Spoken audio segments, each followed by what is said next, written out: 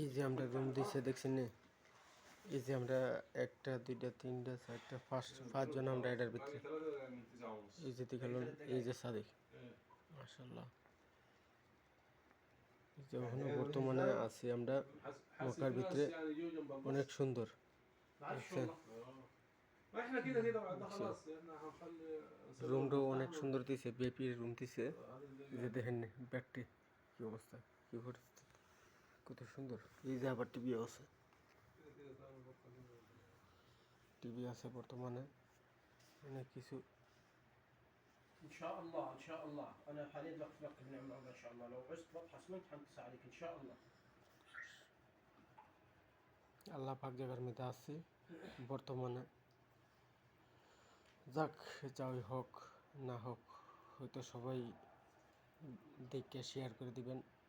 আর ইনশাল্লাহ যেমন সফলতা যেমন করতে পারে, এই সফলতার ইয়ে নিয়ে সেটা বাইর হয়েছে আজকে।